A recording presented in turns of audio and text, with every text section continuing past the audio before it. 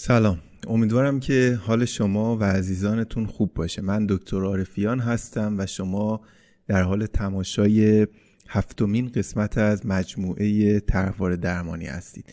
در ادامه مسیرمون به اعماق ناشناخته روان، امروز میخوایم به دنیایی سر بزنیم که توی اون آدم‌ها از جمع و صحبت کردن توی جمع بیزار هستن، از اینکه وسط و در مرکز توجه دیگران باشن، بخوان صحبت کنن، ارائه بدن، پرزنتیشن داشته باشن یا توی یه جمع ناشناخته ای بخوان با دیگران حرف بزنن، گرم بگیرن. البته توی جمعای دوستانه 2-3 نفره که یخشون آب شده مشکلی ندارن، اما تو اون مدل از جمع‌ها به شدت به هم میریزن و آشفته میشن، یا اینکه به صورت کلی احساس میکنن با دیگران متفاوتند و دیگران دنیای اینها رو زیاد درک نمی کنن. با ما همراه باشید.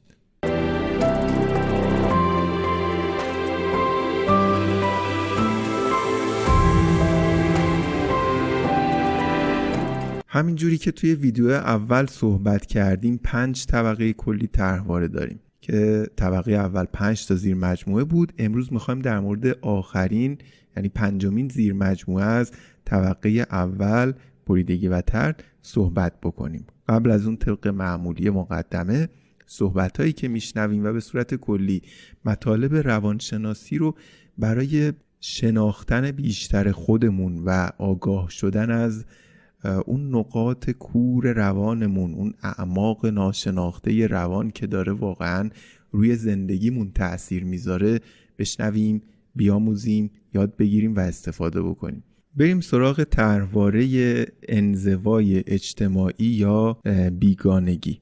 واقعیتش اینه که ما هممون یه مقداری توی محیط‌های اجتماعی به جا هست، حق داریم و درست، نرماله که دچار اضطراب بشیم. این اوکیه، خصوصا در دوران نوجوانی این احساس اضطرابه، این احساس بیگانگی با دیگران، این احساس متفاوت بودن با دیگران خیلی بیشتر هم میشه و این طبیعیه.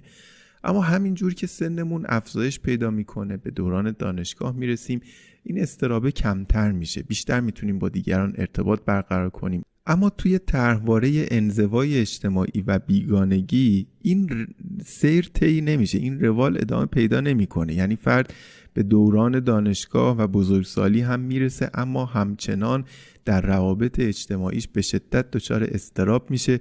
ممکنه دیگران اونو آدم مثلا خجالتی و درونگرا توصیف بکنن، اما واقعیت اینه یه چیزی بیشتر از خجالتی بودن و درونگرا بودن اینجا وجود داره و فرد خودش رو احتمالاً متفاوت از دیگران ارزیابی میکنه.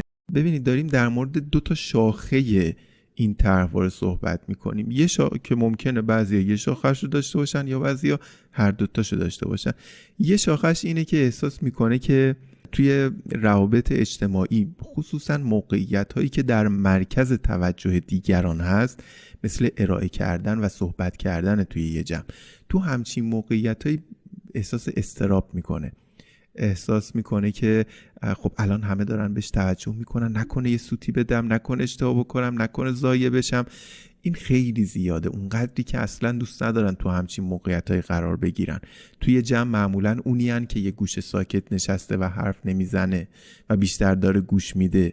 توی کلاس اونیان که هیچ موقع داوطلب ارائه نمیشه، هیچ موقع حتی اگر سوالی داشته باشه خیلی کم پیش میاد دستشو بیاره بالا و بخواد سوالشو مطرح بکنه. مدل دوم یا شاخه دومش اونیه که احساس متفاوت بودن نسبت به دیگران دارن و خب این احساس متفاوت بودن باعث کنارگیری از دیگران میشه. اما بریم سراغ این که ریشه های این طرحواره از کجاست. از یک احساس متفاوت بودن از کودکی شروع شده. حالا فرد ممکنه توی خانواده نسبت به خواهر و برادرها و فامیل احساس متفاوت بودن بکنه، به خاطر سلیقش، به خاطر نوع پوششش، به خاطر علایقش، یا اینکه توی همسالان در محیط مدرسه یه حس متفاوت بودن هستش. این حسه میتونه به خاطر خانواده هم باشه، به خاطر نوع پوشش هم باشه. مثلا از یک شهرستان کوچک اومدن مهاجرت کردن یه شهر بزرگتر یا یه شهرستان دیگه یا یه کشور دیگه و تو اون کشور به خاطر قومیتی که دارن، فرهنگی که دارن، دینی که دارن، تفکراتی که دارن، تو اون محیط مدرسه احساس متفاوت بودن داشته باشه این کودک، یا این که واقعا یه علایق متفاوتی نسبت به همسالانش داشته باشه، مثلا پوشش متفاوت، مثلا هویت جنسی متفاوت و همه اینها میتونه باعث ایجاد اون حس متفاوت بودنه بشه. یه ریشه دیگه هم که مرتبط هستش با این وابستگیه، اونجایی شکل میگیره که کودک در کودکی بسیار منفعله و همه کارها رو به خاطر این انجام میده که والد بهش گفته انجام بده. مثلا والد بهش گفته برو کلاس نقاشی، میره کلاس نقاشی. والد بهش گفته برو ورزش یاد بگیر، میره ورزش یاد میگیره. درستو بخون نمره خوب بگیری، درسشو میخون نمره خوب میگیری. و الان که به یه بزرگ، یعنی برای خودش انجام نداده، برای والد، و الان که یه بزرگ سال شده احساس میکنه چیزی برای ارائه دادن نداره. خب الان من برم تو جمع چی بگم؟ من چیزی ندارم، حرفی ندارم بزنم، حرفی از خودم ندارم که بگم. مثلا میری توی جمع میشینی، یه نفر یه عالم جوک میگه، میخنده، بقیه رو میخندونه، یه نفر دیگه از دستاوردهای علمیش میگه، یه نفر دیگه از مهارت‌های ورزشیش میگه، یه نفر دیگه از تجارب سفرش میگه. هر کسی یه چیزی داره که بگه، ولی من چی دارم بگم؟ من هیچی ندارم. به خاطر همین توی جمع اون آدم متفاوتم، اون اردک رنگیم که با بقیه بچه ها هم خونی نداره، پس همون بهتر که اصلا توی جمع حاضر نشم. حالا حاضرم شدم حرفی نزنم. اون ویدیو اولی، اون کودک آسیب پذیره در مقابل احساس خطر توی جمع بودن، قضاوت شدن، سوتی دادن، دیده نشدن، حالا یه حرفی بزنم زشت باشه بقیه ازم بخندن، بهم بخندن. برای مراقبت کردن از این کودک آسیب پذیر چی رو تجویز میکنه؟ یا تو جمع نرو، یا اگر میری حرف نزن، یا اگر حرف زدی سعی کن مثلا آروم حرفتو گفته باشی که زیاد کسی نشنوه، همین یکی دو نفری که کنارت هستن بشنون. ولی خب بهترین کار اینه که اصلا تو جمع نری تا میتونی، ارائه نده تا میتونی، دستتو بالا نیار برای سوال پرسیدن تا میتونی. این اون مراقبت کردنه هست. اون کودک آسیب پذیر داره برای مراقبت از ما این مدلی رفتارها رو تجویز میکنه. بریم سراغ قسمت بعد که این طرحواره چگونه و به چه شیوهی در زندگی ما میتونه تأثیر بذاره.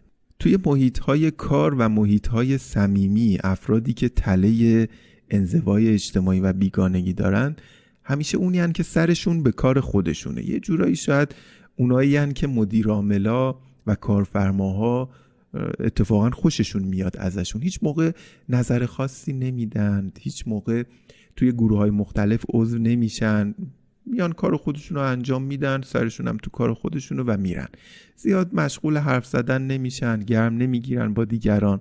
یه همچین تمی، یه همچین مدلی و خودشون رو معمولا متفاوت، یعنی با وجود اینکه تو اون محیطن، تو اون رابطه صمیمیان، اما همچنان خودشون رو معمولا متفاوت با دیگران در نظر میگیرن. یکی دیگر از نشانه های تله انزوای اجتماعی و بیگانگی اینه که فرد دائما تلاش میکنه که خودش رو بپوشونه، حرف نزنه، از خودش نگه، از خانوادهش نگه، نقصی اگر توی خودش میبینه این رو بیان نکنه. معمولا به صورت کلی افرادی که این تله رو دارن، یعنی انزوای اجتماعی، زیاد احساس رضایتی از ظاهر خودشون ندارن، از بیرون خودشون. توی طرحواره نقص میگفتیم فرد از درون احساس بیکفایتی، بیارزشی و نقص میکنه، ولی تو طرحواره انزوای اجتماعی این احساس بیرونیه، یعنی فرد از ظاهر خودش احساس رضایتی نداره. اگر خودش رو با دیگران مقایسه بکنه که مقایسه هم میکنن، زیاد همین کار توی این افراد انجام میشه، داره اون قسمت‌های بیرونی خودش رو با دیگران مقایسه میکنه و نتیجه این مقایسه هم همیشه شکسته. همیشه این هستش که خب من چقدر داغونم، چقدر افتضاحم. خب تا اینجا اگر از این مطالب لذت بردید و فکر میکنید برای شما یا دوستانتون میتونه مفید باشه، حتما با دوستانتون به اشتراک بذارید. بریم سراغ این که طرحواره انزوای اجتماعی یا بیگانگی توی روابط چجور میتونه خودش رو نشون بده. یعنی اگر ما این طرحواره رو داشته باشیم و دنیا رو از این زاویه ببینیم، تو روابط احتمالاً چه شخصیتی هستیم، چجور وارد رابطه میشیم یا اصلا نمیشیم و چه رفتارهایی رو بروز میدیم. طبق معمول طبقه اول، این 5 تا طرحواره‌ای که در این 4 قسمت قبل و این قسمت داریم در موردش صحبت میکنیم، افرادی که این جنس از طرحواره ها رو دارند، اولین مدلشون تو روابط عاطفی اینه که اصلاً وارد رابطه عاطفی نمیشن و قید رابطه رو میزنن. تصورشون اینه من اینقدر با دیگران متفاوتم که اصلاً اون کسی که به من بخوره وجود خارجی نداره. یه بعد دیگهش اون استرابه هست که مانع کار میشه، اجازه نمیده این فرد اصلا رابطه ای رو شروع بکنه. مدل دومش اینه که توی این طرحواره افراد میرن آدمهایی رو شبیه به خودشون پیدا میکنن. این یه سبک دفاعی جالب دیگه. اگه من برم یه آدمی که اونم، حالا اسمشو مثلا میذارن درونگرا، یه آدمی که اونم درونگراست پیدا بکنم، اونم زیاد بیرون رو دوست نداره، رابطه های متعدد رو دوست نداره، زیاد رفیق نداره، زیاد نمیخواد بره توی این مهمونی اون پارتی، خب دوتایی با هم میشینیم خونه فیلم میبینیم. دوتایی هم اون حرفی برای گفتن نداره، هم من حرفی برای گفتن ندارم. پس میرم یه آدم مثل خودم پیدا میکنم که دیگه این چالش ها رو نداشته باشم.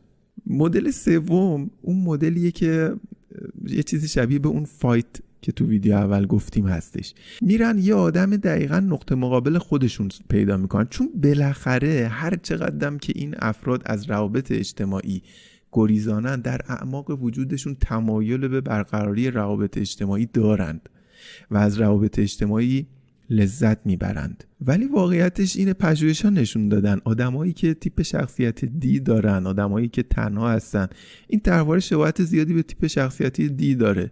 میتونید اینو سرچ بکنید توی گوگل ببینید چی از تیپ شخصیتی دی. اما آدمایی که تنها هستن احتمال بیشتری وجود داره که مشکلاتی مثل افسردگی رو تجربه بکنن، اصلا عمر کمتری دارن، مشکلات قلبی بیشتر، مشکلات گوارشی بیشتری دارن، سلامت جسمشون و روانشون در معرض خطره. و خب ما آدم ها کلا موجودات اجتماعی هستیم. روابط اجتماعی، دیده شدن، دوست داشتن و دوست داشته شدن یه بعد بزرگ در زندگی ما هست و این رو خیلی سخته که حذفش کنیم. اگر حذفش کنیم باید هزینه گزافی براش بپردازیم. توی این افراد هم همین جوره، میان این زیرکی رو انجام میدن، یه زیرکی ناهوشیار که برم با یه آدم اجتماعی دوست بشم، یه آدمی که کلی رفیق داره. بنابراین اون حالت دفاعی و اون حالت خود مراقبتی اصلی افراد با طرحواره انزوای اجتماعی فرار کردنه. از موقعیت اجتماعی فرار میکنه، از پرزنتیشن و ارائه فرار میکنه، از در معرض دید و در مرکز توجه دیگران بودن فرار میکنه و این فرار کردنه درسته به صورت موقت باعث حفظ آرامش کودک آسیب پذیر میشه، اما در بلند مدت نتیجه‌ای به جز تقویت طرحواره نداره. تغییر، درسته من آخر همه ویدیوهایی که داریم صحبت میکنیم این رو میگم که نمیخوایم در مورد درمان صحبت بکنیم، اما تغییر در طرحواره ها اونجایی آغاز میشه که ما صحت، برای اولین بار صحت یک طرحواره رو زیر سوال ببریم و از خودمون بپرسیم آیا واقعا اینجوری که من فکر میکنم درسته؟ منتها خودمون به صورت آگاهانه این کار نمی کنیم. چرا؟ چون یک، ما از طرحواره آگاه نیستیم، چون این مدل نگاه کردن ما به دنیاست و نسبت به این آگاه نیستیم. از کودکی در ذهن ما شکل گرفته. کسب آگاهی نسبت به این قضیه لازمش دیدن یه همچین ویدیوهای، خوندن کتابی مثل چگونه زندگی خود را دوباره بیافرینید هست یا همین یادگیری پنهان هستش، حضور در جلسات تراپی هستش. این یک. و دو، به کمک همه اینها برای یک بار هم که شده از خودمون بپرسیم چقدر این زاویه دید من به دنیا درسته. برای یک بار هم که شده خلاف اون رو امتحان بکنیم. اما یادمون باشه خودمون یهو نمیتونیم پاشیم خلاف اون رو امتحان بکنیم. یک عمر ما اینجوری زندگی کردیم، حالا یهویی مثلا من داشتم روی پاهام راه میرفتم، یهویی بیام روی دستام بخوام راه برم، یا اون به پشت داشتم گام برمی داشتم، یهویی بیام اینوری بچرخم و به جلو راه برم، خب نمیشه. نمیتونیم یهویی اینو تغییرش بدیم. به خاطر همینم هست که من توی این ویدیوها در مورد تغییر زیاد صحبت نمی‌کنم. اگر طرحواره یه مقداری شدید باشه و قوی باشه، واقعا نیاز به یه درمانگر در کنارمون داره. با وجود همه اینا امیدوارم این ویدیو حتی ذره‌ای تونسته باشه برای شما این بینش و این آگاهی رو ایجاد کرده باشه که اعماق روانمون چه خبره و چی داره میگذره. کسب این بینش میتونه مقدمه بسیار بسیار امیدبخشی برای تغییر باشه. امیدوارم همیشه شاد و سربلند باشید. تا قسمت بعدی، خدا نگهدارتون.